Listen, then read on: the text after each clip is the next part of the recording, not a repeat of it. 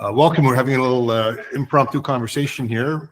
My name's Peter Mueller. I'm the CTO of Advanced Technologies and Services, and with us is a partner, Mike Hatfield from Telecom. Is that right, Mike? Telecom, yes.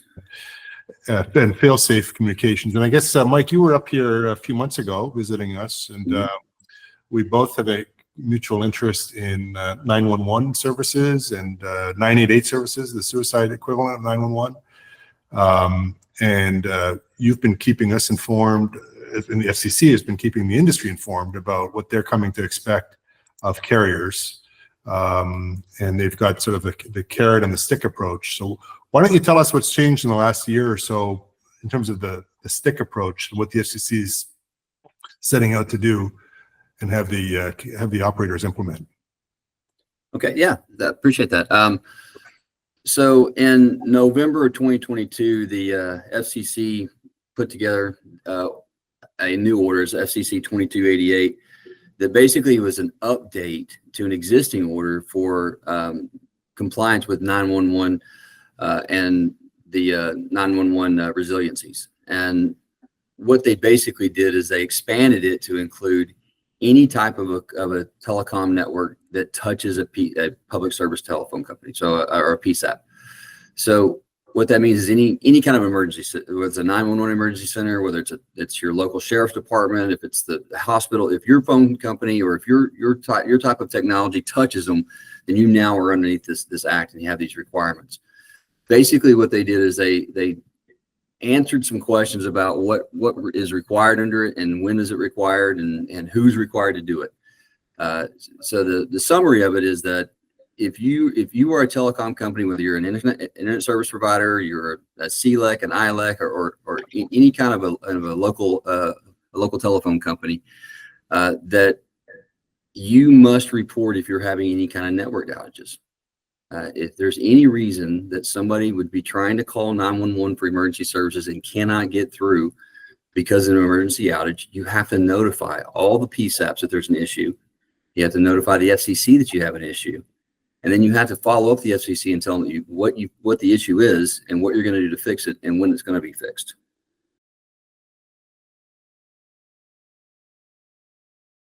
With people like ATS that have the technology behind it to read these intelligent networks and alert of any kind of system issues that may be there.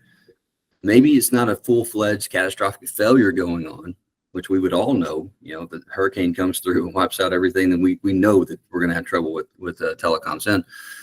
But if there's just something going on, a tree fell on some lines and we don't know about it. You know, somebody was digging in a yard and they dug through a fiber splice or something and caused an outage. Somebody ran over a transformer. I mean, all kinds of things can happen that can affect the 911 services that are available to people that we would know about immediately or within a extremely short period of time, simply by looking at the intelligent network systems. I guess why now, and why have the timing requirements changed? I mean, there's no carrier out there that says we're in the business of not providing 911 service. We've always tried our best, you know, to do best to try to get people through. Why the sudden shift, or why the shift from the FCC, and why now? Okay, good question. Actually, this legislation, this act has been around since 2006. Okay. This is nothing new. What's new about it is a lot of the fines that came down have been coming down in the last 10, 15 years. It's always been finger pointing, right? It's this carrier pointing at, you know, this local leg pointing at the dominant leg or the local exchange companies. And they're pointing at the mobile carriers. The mobile carriers are pointing at, you know, the internet providers, and everybody's pointing fingers. So what we've really done is we said this act has kind of narrowed that down and just said, look, if you touch the network, I don't care which one you are. If you're an over-the-top service provider, if you are a mobile service provider, if you're an internet service provider, if you are a dominant carrier, you're an inter-exchange carrier, if you're the local telephone company, if you touch the network, in any part of a call that's going to 911 and there's an issue, you have to report it. Right. Right. So that's the only difference. It's not only the intent is to fortify the 911 networks. It's not to find people. It's not to say that, you know, carrier 123 is bad and carrier 456 is good. Or this type of technology is better than that type of technology. It's not meant to do any of that. What it's meant to do is let's quit pointing fingers. Let's fix the network so we can save lives. So now we're talking about the network. I mean, the carriers we've been involved with over the years have always been interested in the network usage. It's kind of a layup that we'll talk about next, but you know, we've been in the business for years of collecting call detail records for the customer, our customer being the carriers, and they store them for subpoena purposes and for inter-carrier billing and for marketing purposes and all kinds of other reasons. Now, clearly the call detail record alone for any carrier out there listening to this is not enough, right? Because why? Well, okay. So another great question. Well, you mentioned like SS7, but there's other types of intelligent network systems that are out there that, and our system monitors or uses them all. We don't like to say the word monitor, but we can keep tabs on all of it. But the reason why is because if you look at, like, let's just use SS7 as an example. If you use the call setups, there may be a situation where you have 4 or 5 or 6 or 7 or 8 or sometimes multiple more than that. Not opportunities, but Attempts. Yeah, it would. Yeah, you'll have attempts. Yeah, thank you. Multiple attempts to make a phone call before one ever even steps up. Right. And so what you're going to see on a call detail record is only calls that set up. Right. So if that call never sets up, you're not going to see it unless you're looking at the SS7 network. If there's and then you're not going to know why. You know, the SS7, one of the beautiful things about SS7 is that when it sends out a message and says, "Are you available to take a call?" And if it comes back as no, it tells me why. It tells me that the line was busy. It tells me there was nobody on the other end. It says call no answer. There's the messages that come back from whatever point within the network it got to and didn't get through, it comes back. It tells us what's going on. It gives us an opportunity to tell the network people where to look to find any issues. But it also tells us little things, like maybe a call did set up, but it took 50 attempts. Yeah. You know, so there's obviously something going on there. Met Mike about 5 or 6 months ago. You know, we had the opportunity to look at one of our customers' data that in a country that had been impacted by hurricanes and quite a bit. And we actually had looked at this, right? We looked at since we had been storing the call detail records for decades or for years, I should say, for this customer, and actually had some old SS7 data lying around. We were able to just lay up what we call the Venn diagram and look at where we saw successful attempts winding their way, and this is from events from years ago. Successful attempts winding up as a fully fledged call detail record after this terrible period of hurricane. Those evidently were calls that had gone through and were recorded, and we knew exactly how many minutes the customer had been on the line and so on. We almost knew everything except the conversation, although we can imagine it was a difficult time. But we found a lot more than that, right? When we looked at the same period of SS7 records, so we could see these were a lot of attempts happening on the signaling network that never made a call detail record, right? And we presume that those were calls that had never gotten through, right? Right. Well, and you can see those because the SS7 records will tell you things like the number that's trying to call, little things like that. To where I think when we were looking at it, I think we're noticing a particular part of the country that was specifically that wasn't getting through. Mm-hmm. So even though we can't really tell what's causing the problem, as far as, you know, did the hurricane come and take out a pole? Did it wipe out the local center? I mean, exactly what it is? We do know that we might want to be helping the emergency services start sending people in that area because nobody can get through. Nobody's getting help that they need. Right. So and like you said, if we weren't looking at the SS7 data, we would never know that until after the fact. Yeah. That would be something that we found out about, the tragedy of a whole area of the island or a whole area of the country, or that went without help because they couldn't get through. When there's a 911 problem, there's sort of a blast radius to people that are impacted. Right. The ripple effect. Exactly. Yeah, the ripple effect. And the FCC is sort of laying that out now in its order, right? It's saying you can have a minor outage and it's fine, but a major outage is when it impacts this many people for this long. Right. And it may have nothing to do with the number of calls that are actually being attempted, right? Right. Yeah. So can you lay that out for us? Like what? And so if you're a carrier out there with 1 million subscribers, and you have a few minutes of downtime, you could already have surpassed the 30-minute mark or whatever the FCC is looking for, right? Right. Exactly. So that's one of the keys about the FCC order, is that if there is an outage, you have to report it within 30 minutes. And that's one of the big pushbacks from the carriers is like, we have no way of knowing within 30 minutes if we have an issue. And the system that we're talking about that we partner with you guys on would. You could set your parameters. You could say, whether you're a small company, a small telephone company that has 500 subscribers, or you're a big telephone company, or like say the whole entire state of Massachusetts, just a year or so ago, the entire state was down because they had one contract with a 911 provider. It doesn't matter.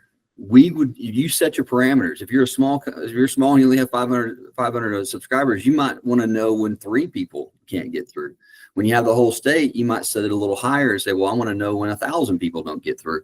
But there's one, so there's sorry to interrupt that. There's one to know, and then there's the need to report within 30 minutes. But there's something else, right? Which is the FCC is saying you need to monitor sort of the cumulative effect of your outage by the number of people impacted and the number of minutes. And so can you explain that?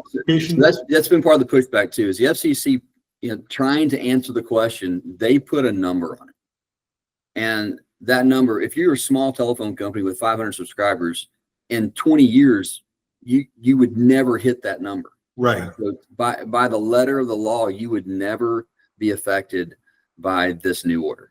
Right. Because, but you may still want to know about it, but you're not going to hit the FCC mark of.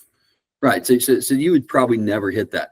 But if you're covering the entire state of Massachusetts, you could hit it in a couple hours. Right. For example, when the state of Massachusetts went down, they were down for 3.5 hours. Yeah. Before they knew there was a problem. Whenever I presume problem in Massachusetts is based on the number of people in Massachusetts and then how long the outage is happening, right? So it's some multiplication of users impacted times minutes of outage. Right. And when that gets to X, the FCC says, okay, you've reached X at 3:29 p.m. Eastern time, which is the time right now here for me. You have 30 minutes from now to report. Well, no, technically it's from whenever it happens. So if you notice that, so if you notice at 3:29, if you notice the issue now, yes, you have 30 minutes to report it. Right. But you have to tell them when it happened. So if it's been happening for 29 minutes, you have to say it happened at 2. Yeah. But it is only it when you cross a threshold, right? Right. Yep. Yeah. Yes. So you're right. Exactly. And then you have to come back within a few hours and tell them, I've identified what the problem is, and here's what I'm going to do to fix it. Then you have 24 hours later, you have to come back and say it's been fixed. Right. And so there's a lot of onus on these carriers to get this right, and the carriers keep let's get in the real world. The carriers, what they're going to look at is what are the potential fines going to be, and what's it going to cost me to implement this. And what I think is beautiful about our relationship is that we're putting together something that's going to be highly effective and cost effective. So, right. And because I'm more interested in saving lives than I am in whatever else we're going to be doing here. So I'm not interested in the, it's going to take the entire state of Massachusetts has got to be down for 2 hours before you have to report this. What happened in that 2 hours? That's what bothers me. So you would recommend, I mean, to regulatory groups listening out there, I mean, regulatory departments in these carriers, that they should have start thinking about a plan. Yeah, absolutely. I think that's part of what we're talking about too, about the egregiousness of it. I mean, if you're a carrier and you put together a compliance plan and we show you exactly what we do and how we do it, and we work together on customizing that to how you want to do it. Yep. And you go file that with the FCC. I mean, if you do have an outage, if something does happen, and you miss a reporting date, or you're late here, or you're late there for whatever reason, which we would make sure you weren't. But let's just say that our numbers are off. So you had to report by we're looking at the order, and the order says 420 million minutes of lost time. But somebody at the FCC says, yeah, well, you only had 500 subscribers. You should have done it at another time. So we can make sure that all that stuff's handled. But if you already had a compliance plan and you had a plan in place saying, if something happens, this is what we're going to do, and this is how we're going to do it. And the FCC has seen it, and they've said, we accepted your compliance plan.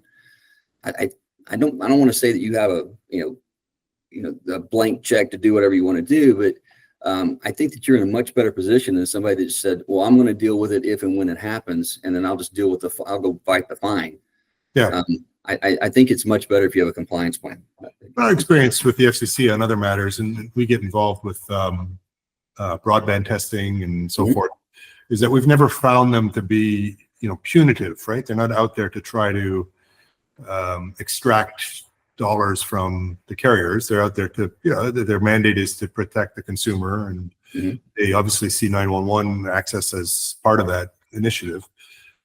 So I think you're right. I think any efforts that carrier listening to this makes to move in the right direction would be looked at favorably. And I suspect some of these big fines, without knowing the details of these cases you brought up, like I can only imagine that there was maybe a lack of.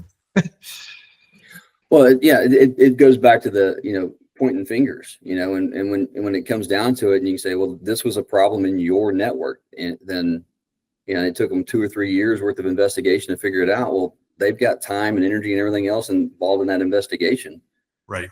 And so they're going to be not punitive, but they're going to be a more egregious fine than if they said, hey, we have a problem, we see this, and you agree, and you look at it and you go, yeah, I think so. And that's kind of what Charter did. Charter's like, yeah, we're going to work on this. We're going to put this to the cable labs, and we'll agree to pay $15 million. And that was a settlement. That wasn't what they originally charged them. That's under lock and seal. Right. But I don't know where they are on that right now today. But I would, if I was a carrier, I would rather be dealing with making sure my network was resilient than dealing with the FCC and paying fines.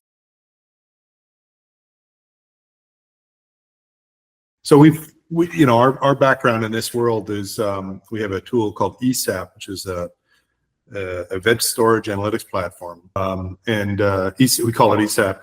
And we've been ingesting all these records for years, and we can tell statistically whether a certain amount of traffic to a country or by a particular customer or number of gigabytes downloaded by a mobile phone is within expected range, right? And the term expected range is used by a whole bunch of people for what, outside of expected range can mean fraud, right? If you're getting too many calls suddenly to Somalia or something, the long distance department wants to know about it. If you're getting too few calls by a customer, by a large corporate banking customer, you might want to send out a sales rep to make sure that they're happy and their equipment's properly connected. So again, that's traditionally been on the CDR side. The SS7 side has always been lurking in the background for these carriers, as involved in the call setup, but otherwise thrown away. And what we're finding, working with you, is that the nature of the cloud and storage has meant that it's actually easier than ever to store that SS7 data. So we can store the SS7 data, analyze it in the same way we used to look at CDRs and say, we set up an expectation for the 3:45, I'm looking at my clock again, 3:45 to 4 p.m. 15-minute time slot that's coming up. And through machine learned models, we can say, okay, on a Tuesday between this time and this time, we're going to expect this many 911 calls, attempts and completions, and be quite certain. I mean, within a range that you take those odds to Vegas in terms of how many calls are going to come in today. And then if we can look to see whether that's out of bounds of that number, if it's too high, there's probably something going on that somebody wants to know about, but at least the calls are getting through. Mhm. If it's too low, or calls are bouncing around left and right before getting to the PSAP, you may have an outage. And that's what and that's something we noticed in that, and some of that data we were looking at, right? Is that the CDRs are showing the calls are getting through, but when we were looking at it, some of them were taking 8, 9, 10, 12 attempts before it was handled. Yep. And so, that would be, as a network operator, I'd want to know why that's happening. What do we have? Do we have a lot of busy lines? Do we have an outage somewhere that's making it bounce somewhere else? I mean, it may be that it's just that time of day. There's very few people answering the phones because it's lunchtime or something. I mean, and you had an anomaly. You had somebody. You had a wreck on the highway with the 10-car pileup on the highway, and all of a sudden everybody's calling, but 3/4 of your staff is at lunch. Those things can happen. But as a network operator, I want to make sure it's not the network. I want to make sure it's not me. Yeah. And that way, if anybody ever comes up and has a problem with us, that maybe I got to get the legal and the regulatory department involved in, I have everything I need to show that it wasn't us. Right. So just to kind of recap our part one here, and to keep people interested in the eventual part two. So part one is we've talked about the regulatory foundation of why the FCC has always taken an interest in this, but seems to be stepping it up a little bit in the last couple of years. Mm-hmm. How there are companies we suspect will be getting fined that are under investigation right now. We've talked a little bit about the need for a compliance program, the utility of SS7 records, as well as CDR records, but in particular SS7 records, to help to identify these outages. We talked about who needs to be alerted, namely the PSAPs and the FCC themselves. Mm-hmm. Mm-hmm. And is there anything else, Mike, you wanted to add? Well, I would throw in there carriers need to be alerted too. So in that, we kind of touched on it, where if I notice that there's an issue as the local telecom, and it's with T-Mobile, I need to be alerting T-Mobile as well, right? So I've noticed the issue. I'm not going to act like I didn't see it, right? I noticed the issue. I'm going to tell the FCC. I'm going to tell the local PSAPs, but I'm also going to tell that carrier, because I want that carrier to fix their network so that people don't die, and I don't want to be involved in a lawsuit because somebody did die and T-Mobile doesn't know how to take care of it. Yeah, now there's no harm in everybody letting each other know, obviously. Right. We had one customer say, we expect so few outages, we're just going to alert every PSAP. They have a pretty wide country, pretty wide footprint in the country. But in your example of a carrier attached to T-Mobile saying, I'm going to let the PSAP know, I'm going to let the FCC know, and I'm going to let T-Mobile know. Mm-hmm. Even T-Mobile, per this order, is supposed to have their act together, right? So yes. They should almost know at the same time as anybody else. They should know. They absolutely should know.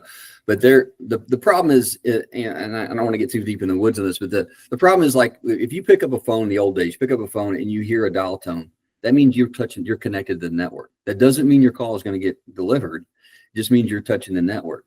Well, a lot of these carriers, all they're saying is, did you have dial tone?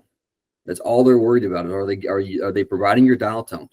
The fact that they're not pushing that out to the next CLEC because they have an issue on the other side, it takes them a while to see that. Yeah. And so that's why this order is there. The order is, pay attention to your network, pay attention to your resiliency, pay attention to the fact that your calls are not being delivered. Right. Okay. So I would say we should probably wrap it up there, and stay tuned for part two. Hey, great questions. Yeah. Thank you, Mike. Appreciate your time. Sure.